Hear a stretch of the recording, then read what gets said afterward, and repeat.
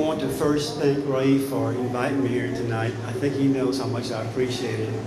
And to tell you the truth, we didn't know each other existed until about 3 years ago.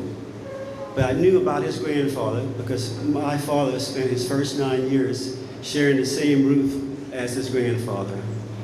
So when I first made contact with Raif, he really showed me that his grandfather was a source of inspiration for him. So I decided the best thing to do was to have Raif, when he came to New Orleans, to literally walk in his grandfather's footsteps. So when I met Raif and his associate from Rosemary from State University in New York,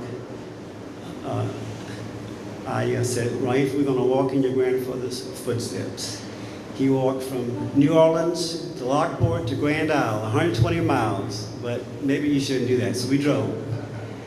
And the first time Raif crossed Bayou, he was in Lockport, my hometown, and all of a sudden he said, it's so small. I said, Raif, if you think it's small today, think about 100 years ago when your grandfather was here.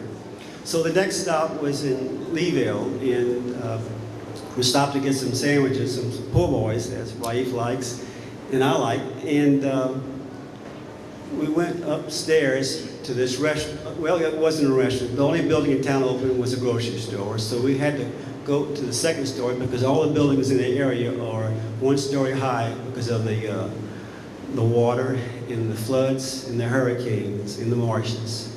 So about halfway through our oyster pool boys, Rosemary and I looked up, no Raif, he had disappeared. So we went down the steps after we completed our meal and walked on the oyster shells that was the ground there, and there he was on the bayou side watching the fishermen unload their catch of shrimp that day, and I think at the same time he was trying to breathe the same air that his grandfather had breathed 100 years ago in that spot. But from that point, his grandfather had to get a ride on that fishing boat to get to the end of Bayou to Grand Isle. But we drove on a recently opened super highway bridge. And as Raif went over the bridge, all he could see was marshes and water. So something was going through his mind. So at the end of the road, we stopped in Grand Isle, and he went to the observation tower, and he was looking at the expanse of the Gulf of Mexico, and I think what was going through his mind, he was saying, how could my grandfather, in this God-forsaken environment, make enough money to go back to Beirut and invest in land?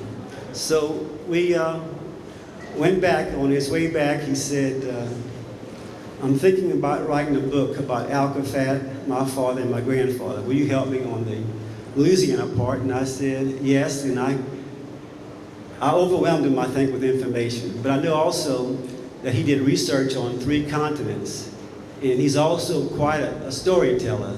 So I think that you're going to enjoy the book as much as I'm looking forward to it, so thank you.